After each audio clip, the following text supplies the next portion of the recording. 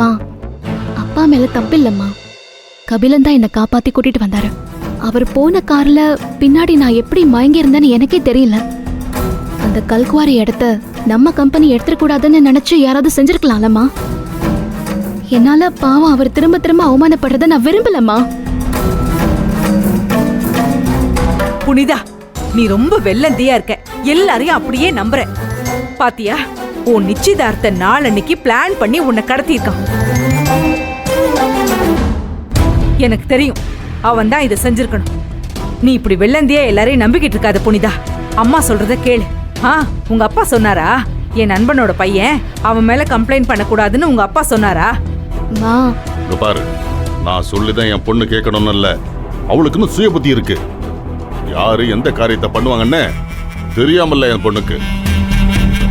குதிரைக்கு கடிவாளம் போட்ட மாதிரி ஒருத்தன் கிடைச்சிட்டா அவன் மேலே எல்லா பழியும் தூக்கி போடணும்னு நினைக்காதீங்க. புனிதா, நீ ஏன் புனிதா கபிலனை சித்தூருக்கு அனுப்பணும்?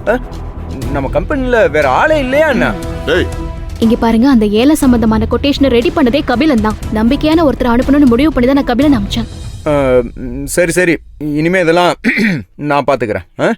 மாமா, இதெல்லாம் கம்பெனி விஷயம். இதுக்கெல்லாம் அனுபவம் வேணும். யாராலையும் செஞ்சிட முடியாது. அப்போ கபிலன் கடத்தலனா காருக்குள்ள மாலை தாலி கயிறு இதெல்லாம் எப்படி வந்தது? அட்ரஸ் அக்க மாப்ள வாங்கிடா. என்னது, மாலை தாலியா? ஐயோ, என்ன என்ன சொல்றீங்க? ஓ, அப்ப அவன் ஒரு திட்டத்தோட தான் என் பொண்ணை கடத்தியிருக்கான். அரகதா, நல்ல வேலை, சரியான சமயத்துக்கு நாங்க ஸ்டேஷனுக்கு போனோம். அதனால புனிதாவை காப்பாத்தி கூட்டு வர முடிஞ்சது.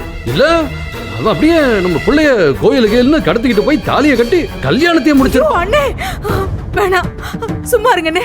கேட்க கூட எனக்கு கூசுதுண்ணே.